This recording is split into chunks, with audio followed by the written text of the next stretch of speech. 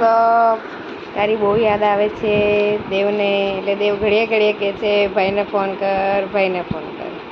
બોલ દેવ, શું કેવું તારે? કહી દે જલ્દી આવી જા. હા, 15 દિવસ પછી વાત તો કરવા મળવાની જ છે ને. વાતો કેટલી કરશું આપણે? 10 મિનિટમાં કેટલી વાત કરશું? અમે સવાલ કરશું અને તું જવાબ દેજે, બસ. તારે કંઈ નહીં બોલવાનું, અમે જ બોલશું. પછી મહિને મળવા આવીશું ને ત્યારે અમે પૂછશું, તાર જવાબ દેવાના. તારે કંઈ પૂછવાનું જ નહીં.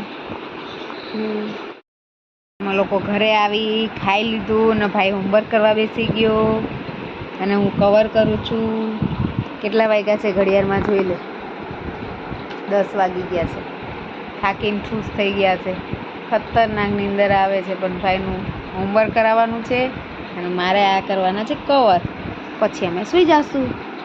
જય માતાજી.